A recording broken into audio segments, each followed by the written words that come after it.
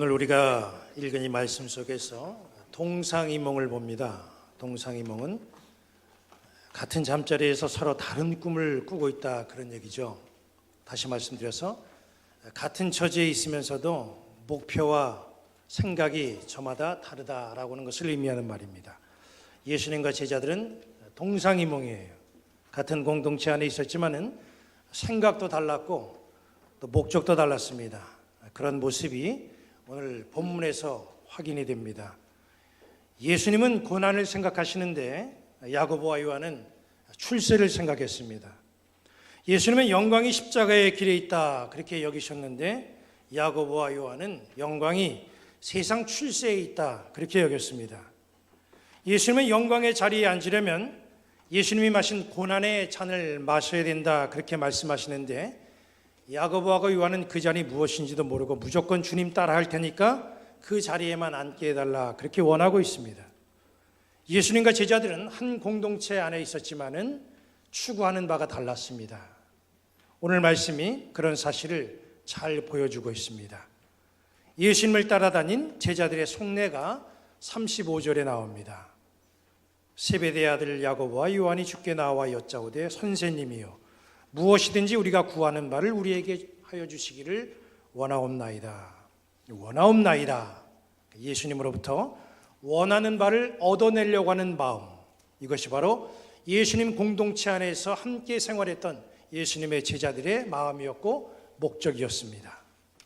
그렇다면 예수님은 공동체 안에서 어떤 것을 추구하셨습니까? 45절 말씀을 보십시오. 인자가 온 것은 섬김을 받으려 함이 아니라 도리어 섬기려 하고 자기 목숨을 많은 사람의 대속물로 주려 함이니라. 이것이 바로 예수님이 추구했던 삶입니다. 제자들의 삶이라고 하는 것은 원하는 삶이었습니다. 예수님이 원했던 삶은 주는 삶이었습니다. 한 공동체 안에서 함께 존재했지만 추구하고 목적하는 바가 이렇게 달랐습니다. 예수님은 늘 어떻게 하면 줄까 그랬고 제자들은 어떻게 하면 원할까, 이거였다는 거예요. 우리는 믿음의 공동체 안에서 한 분 예수님을 모시고 우리는 지금 이 신앙의 길을 걸어가고 있습니다. 여기 모여서 함께 예수님이라고 하는 우리 주님을 모시고 함께 신앙을 걸어가는 우리 신앙 공동체, 우리의 모습은 어떻습니까? 나는 세상에서 필요한 것을 얻기 위해서 내가 지금 신앙생활을 하고 있습니까? 아니면 세상이 필요로 하는 것을 주기 위해서 내가 신앙생활하고 있습니까? 다른 사람을 활용해서 나의 유익을 추구하는 사람입니까? 나를 활용해서 다른 사람의 유익을 추구하는 사람입니까? 하나님께서 우리에게 주신 달란트 지금 어떻게 활용하고 있습니까? 바울은 고린도전서 13장 11절에 이렇게 말씀을 했습니다. 내가 어렸을 때에는 말하는 것이 어린아이와 같고 깨닫는 것이 어린아이와 같고 생각하는 것이 어린아이와 같다가 장성한 사람이 되어서는 어린아이의 일을 버렸노라. 어린아이 시절은 받으면서 살 수밖에 없어요. 스스로 할 수 있는 것이 좀 부족하고 능력도 부족합니다. 그래서 늘 도움이 필요합니다. 그러나 성장하면 달라집니다. 우리 교회가 우리 인생의 나이로 치면 50세입니다. 50세의 나이라고 하는 것은 받는 나이가 아니라 주는 나이입니다. 우리는 교회 창립 50주년을 맞이하면서 우리가 세상을 향해서 줄 수 있는 게 무엇인지를 좀 진지하게 생각해 봐야 됩니다. 성찬을 통해서 우리 예수님의 살과 피를 나는 우리는 세상을 향해서 줄 수 있는 게 과연 무엇일까? 주님이 생명을 던져 우리의 대속물이 되신 것처럼 우리도 이웃을 향해서 생명을 나누는 삶이 우리에게는 필요합니다. 지금 우리는 사순절기에 접어들었습니다. 사순절을 보내면서 주님의 십자가 대속의 사건을 우리는 기억하면서 그 은혜에 감사하고 있습니다. 그리고 기억만 하는 것이 아니라 또 우리는 감사하는 것에만 그치는 것이 아니라 생명을 나누는 거룩한 행동을 통해서 우리가 예수님의 사람이라고 하는 것을 세상에 보여줘야 됩니다. 이번 사순절 기간에는 우리 교회가 생명 나눔 운동을 전개합니다.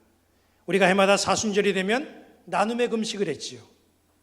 올해 사순절 기간 동안에 여러분들은 또 한 끼씩을 금식을 하시고 그 액수를 헌금해 주시면 각막이 손상되어서 앞을 보지 못하는 분들을 위해 각막 이식 수술비로 전달될 예정입니다. 이 세상에는 각막이 잘못돼 가지고 시력을 잃은 사람이 꽤 많습니다. 그래서 우리가 일차적으로 내가 이 세상 떠날 때에 각막을 기증하는 문제를 좀 깊이 생각을 해 주시기를 바랍니다. 각막은 나이와 상관이 없습니다.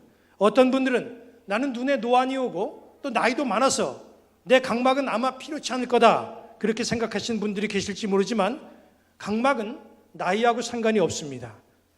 각막이 손상되지만 않았다고 한다면 나이와 상관없이 충분히 이식해 줄 수 있는 각막이 됩니다.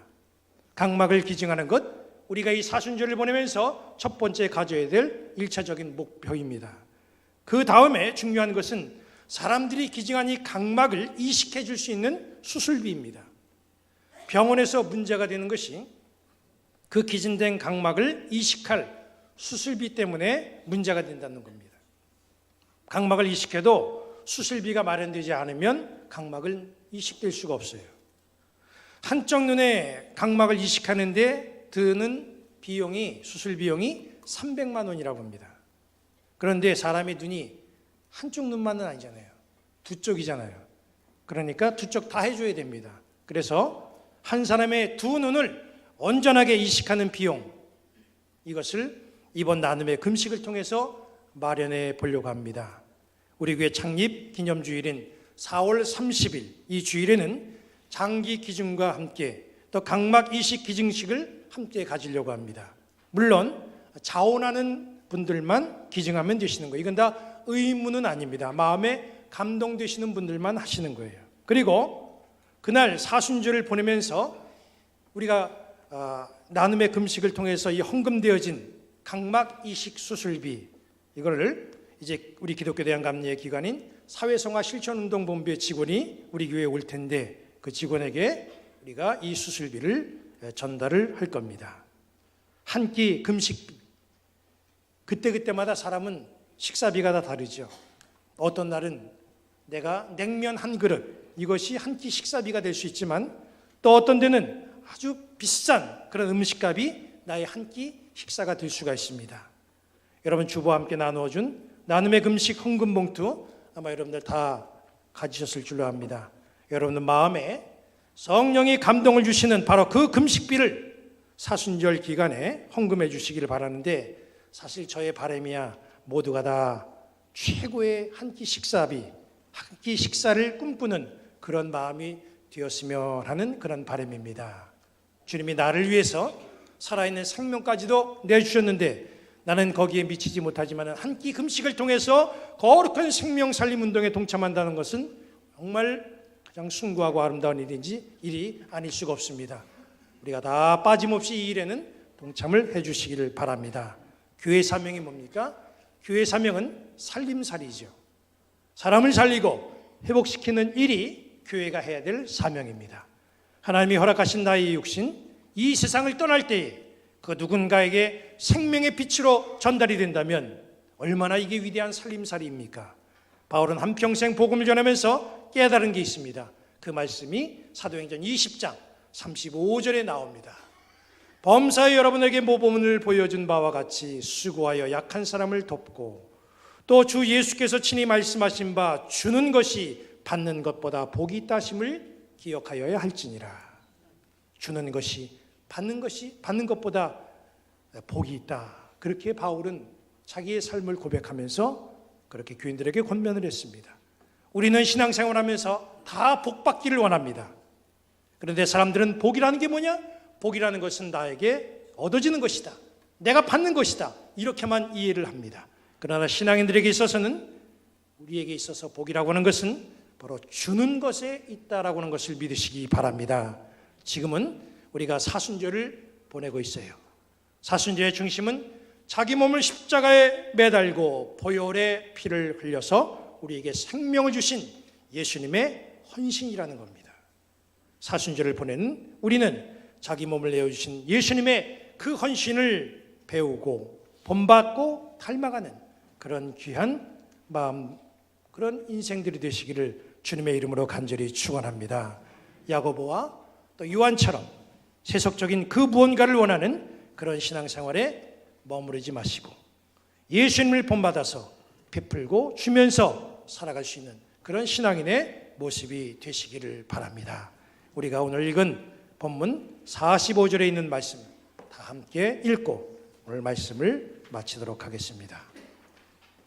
다 함께 읽을까요? 시작. 인자가 온 것은 섬김을 받으려 함이 아니라 도리어 섬기려 하고 자기 목숨을 많은 사람의 대성물을 주려 함이니라. 아멘.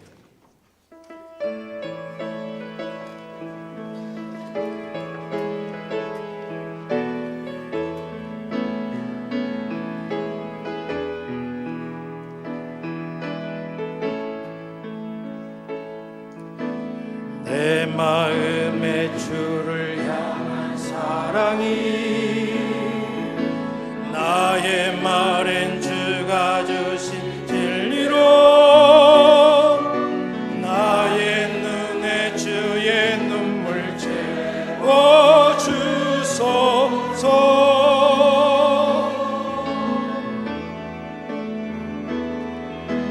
내 입술에 찬양의 향기가 두 손에는 주를 닮은 섬김이 나의 삶의 주의 흔적 나게 하소서.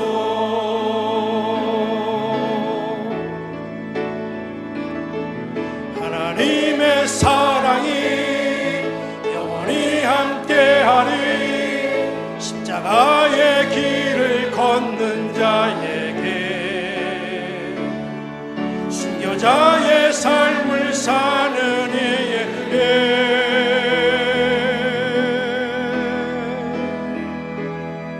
조롱하는 소리와 세상 유혹 속에도 주의 순결한 신문